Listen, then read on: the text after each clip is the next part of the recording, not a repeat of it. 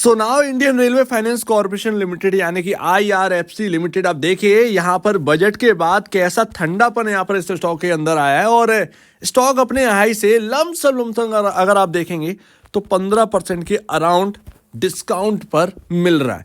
तो 162.95 का प्राइस चल रहा है। क्या यहाँ से एक नजरिया रखना चाहिए IRFC के अंदर, ये समझते हैं। तो अभी अगर आप देखेंगे तो 4 साल हो चुकी हैं, मतलब 3 साल हो चुकी हैं, 4th ईयर यहाँ पर जो है आपका चल रहा है IRFC का मार्केट के अंदर, और कुछ आपको ये डेटा देखने को मिलता है। सो अभी यहाँ पर जो है हायर साइड से ठंडापन पड़ा है, बट यहाँ पर ये भी ध्यान रखिएगा कि इलेक्शन नज़दीक है, सिर्फ और सिर्फ मार्च का टाइम है और अप्रैल में आपके डेट अनाउंस हो जाएगा इलेक्शन का। इलेक्शन चलेगा लमसम 1 महीने, ठीक है। बहुत ही हाईली रडार पर रखिएगा। अब देखिए लंबा टाइम है तो उसमें यहाँ पर जो है ठंडापन और भी आ सकता है, बट इलेक्शन फेवर में PSU जरूर रखना है, ये ध्यान रखिएगा। सिर्फ और सिर्फ इलेक्शन तक, उसके बाद जो भी देखा जाएगा वो सब होता रहेगा मार्केट के अंदर, PSUs का जो भी होना होगा। बट कुछ भी हो, महंगा हो सस्ता हो, इलेक्शन तक आपके फेवर में PSUs तो जरूर रहने वाले हैं। तो अभी ना IRFC का फ्लोर टेस्ट होने वाला है। जैसे सरकारों का फ्लोर टेस्ट होता है वैसे ही IRFC के होने वाला है। आप पूछेंगे क्यों? क्योंकि 9 फरवरी को आपका Q3 के नंबर्स आने वाले हैं। तेजी बहुत बड़ी हो गई, बहुत ही महंगा स्टॉक हो चुका है IRFC, इसे कोई भी इनकार नहीं कर सकता। सिंपल सी बात है, आप देख लीजिए, सिर्फ और सिर्फ P रेशियो बेसिस पर मत देखो, यहां पर आपको प्राइस टू बुक वैल्यू पर देखना है। सिंपल सी बात है, प्राइस टू बुक वैल्यू जरूर देखना है। तो 9 फरवरी को आपका जो है नंबर्स आने वाले हैं Q3 के, इन पर जरूर नजर होनी चाहिए। ऑलरेडी वैल्यूएशन जो है वो काफी हाई है, बहुत ही महंगा स्टॉक है अगर आप कहें रेलवे के अंदर, ये यहाँ पर है। तो यहाँ पर अगर Q3 के नंबर्स उस हिसाब से अगर नहीं आते तब तो फिर कोई मतलब है नहीं, क्योंकि फंडामेंटल कोई भी चीज़ें हमें जो है वो चेंज होती हुई नहीं दिख रही हैं। क्या यहाँ पर जो है रेलवे का बजट पहले नहीं आता था? पहले भी आता था, अभी भी आता है। वो हर साल दर साल उस रेलवे बजट में इंक्रीमेंट होता ही रहेगा, हर बार होता है, इस बार भी होगा, आगे आने वाले बजट में भी होगा, तो वो सब चलता रहेगा। बट अगर अर्निंग्स उस हिसाब से नहीं बढ़ रही हैं तो फिर वैल्यूएशन का कोई मतलब नहीं है। और देखिए यहां पर ना IRFC आप हायर साइड में हमेशा रोकता रहा कि IRFC को अगर आप लॉन्ग टर्म के लिए देख रहे हो तो बिल्कुल मत लेना, बजट के पर्पस से देख लेना, क्योंकि बजट आता है ट्रेडिंग में। सिंपल सी बात है, हम पोजिशनल ट्रेडर बनकर एक पोजीशन बना सकते हैं, जैसे बजट खत्म हमारी पोजीशन भी यहाँ पर जो है हम हटा देंगे, तो वो एक अलग चीज़ है, बट लॉन्ग टर्म के लिए नहीं।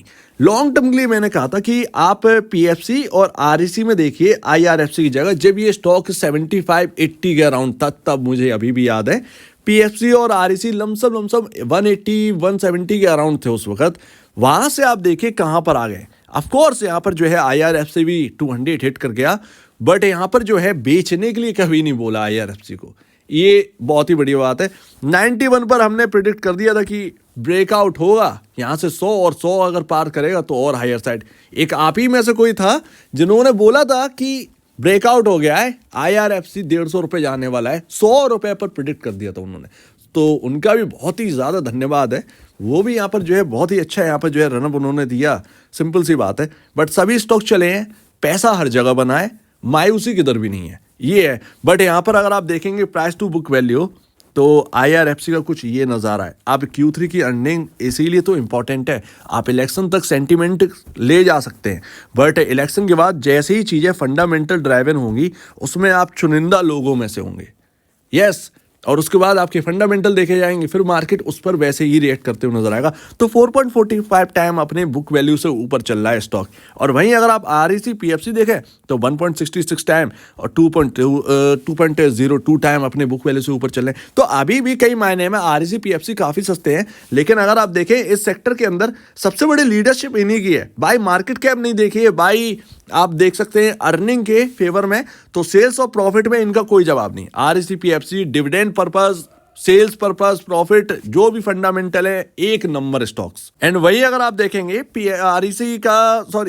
PFC और IRFC का P रेशियो, तो 34.99-35 के अराउंड यहाँ पर जो है IRFC का P रेशियो चल रहा है। वही अगर आप देखेंगे तो PFC और REC का कुछ ये देखने को मिलता है, तो 8.63, 10.23, जबकि हमने 4 पर इसको जो है वो हमने देखा था, 4 के अराउंड हम लोग लगातार बात करते हैं जब भी आईआरएफसी के ऊपर, तो पीएफसी और आरईसी के लिए जरूर बाई क्लिक आए। तो कुछ भी हो, अगर आपके पास ये स्टॉक्स हैं तो आपने तो बड़ा अच्छा खासा यहाँ पर जो है रनअप देखा है, और ये रनअप आगे भी बढ़ेगा। ये फंडामेंटल ड्राइवन है, लेकिन फ्लोर टेस्ट जो है ना वो आपका आईआरएफसी का होना है कि खड़े उतर रहे हैं भैया Q3 पर या नहीं, नंबर्स आ रहे हैं ऐसे या नहीं आ रहे हैं, या फिर सिर्फ और सिर्फ एक हवा भरी जा रही है, स्टॉक बस चले जा रहा है। तो ऐसे में मार्केट समझ लेगा इस चीज़ को। और इवन मेरा कहना यही है कि बहुत अच्छा है, बहुत अच्छा है, बहुत अच्छा है, लेकिन म्यूचुअल फंड की होल्डिंग जो है वो कुछ भी नहीं है। इतना ही अच्छा है तो म्यूचुअल फंड की होल्डिंग भी होना चाहिए थी। सिर्फ और सिर्फ HDFC बैलेंस एडवांटेज फंड जो है उनका यहाँ पर जो है लमसम 500 करोड़ के अराउंड इन्वेस्टेड था, उसमें उनका प्रॉफिट भी है, उसी में उसका प्रॉफिट भी जुड़ा है, टोटल वैल्यू है उनकी। सिर्फ और सिर्फ एक लौता फंड है जो यहाँ पर इतना बड़ा पैसा जो है वो झोंके हुए हैं IRFC के अंदर। उनका डेटा अभी आया नहीं है म्यूचुअल फंड में, तो यहाँ पर उम्मीद है Q3 के तक या Q3 तक यहाँ पर जो है, या Q3 से पहले ये डेटा अपडेट हो जाएगा। तो 1-2 दिन में आपको देखना है इस डेटा को कि उस फंड ने यहाँ पर खरीदारी करी है या बिकवाली करी है। तो ये भी देखिए, क्योंकि बड़ा पैसा बन गया है और ये म्यूचुअल फंड्स जो है वो इंडिकेशन दे देते हैं कि रुख किधर की तरफ है। तो इस बात को समझिए, सेंटीमेंट प्ले हो सकता है, ठीक है ना। सेंटीमेंट प्ले में तो ये 300 रुपये भी जा सकता है, इसमें कोई बड़ी बात नहीं है। इलेक्शन तक वो रहने वाला है, लेकिन इलेक्शन के बाद जब फंडामेंटल ड्राइवन हो जाएगा तब यहाँ पर जो किस तरीके से रिएक्ट करेंगे, तब तो एक आप कह सकते हैं एक डेंजर जोन में ये स्टॉक्स घूमते रहेंगे अगर इनकी बहुत ही हाई वैल्यूएशन रहेगी। तो इस बात से आप समझिए। तो मेरे ख्याल से Q3 के नंबर्स पर नज़र रखिए, और यहाँ पर आप देखेंगे तो 2 जगह से, एक लेवल से यहाँ पर जो है 2 बार सपोर्ट लिया है इस स्टॉक ने। अराउंड ये 150 के अराउंड है, 150। तो अभी 162 पर स्टॉक जो है घूम रहा है। कल का जो लो है वही एक इंपॉर्टेंट लेवल है। कल के दिन जो लो लगा था इस स्टॉक के अंदर अराउंड 150 के अराउंड, ये एक इंपॉर्टेंट लेवल आप ले सकते हैं। और मैं हमेशा 1.5% जो है वो निचला लेवल लेके चलता हूँ। तो 1.5% के हिसाब से 147, यानी कि इस स्टॉक के अंदर 147 से 150 के अराउंड ये आपका सपोर्ट जोन जो है वो निकलता है कुछ इस जगह से। तो अभी यहाँ पर नज़र रखनी है, अगर ये स्टॉक के अंदर एक गिरावट भी आती है तो कहीं ना कहीं 147 से 150 के अराउंड जो है इस 3 रुपए की रेंज में कहीं ना कहीं सुधरेगा और वापस जो है हायर साइड निकल जाएगा। मैं ये नहीं कह रहा हूँ कि सर्किट लग जाएगा, लेकिन हायर साइड निकल जाए। अगर कोई गिरावट आती है तो यहाँ इस रेंज में आकर सुधर सकती है, तो ये ध्यान रखिए। बाकी Q3 के नंबर्स पर बहुत नज़र रखनी है। Q3 के नंबर्स बहुत डिपेंडेंट होंगे भाई, यहाँ पर नज़र रखनी है। अगर आप होल्ड कर रहे हैं या नई खरीदारी कर रहे हैं, अगर नई खरीदारी कर रहे हैं तो ये Q3 के नंबर्स देखकर ही करिएगा, क्योंकि अगर Q3 के नंबर ना उस हिसाब से नहीं आए तो फिर आगे के लिए ना इलेक्शन के बाद ये स्टॉक्स वो बात नहीं रहेगी, वो बात नहीं रहेगी। तो बात समझिए, बहुत सारी बातें जो है वो PSUs के बारे में चल रही है, बट सिलेक्टिव PSUs के साथ रहिए। कुछ ही PSUs हैं जो कि अब वैल्यूएशन के हिसाब से जो आपका साथ दे सकते हैं अगले 5 साल तक। ये ध्यान रखिए, अगले 5 साल तक आपका साथ देने के लिए तैयार हैं, ऐसे PSUs हैं। बट जो वैल्यूएशन ही सिर्फ हवा भरी हुई है और वो आपको हायर साइड दिख रहे हैं, वहाँ पर आप क्या ही लेंगे।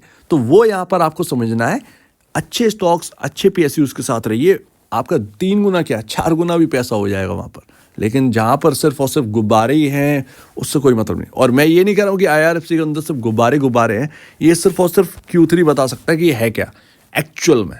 तो Q3 के नंबर्स पर नज़र रखिए।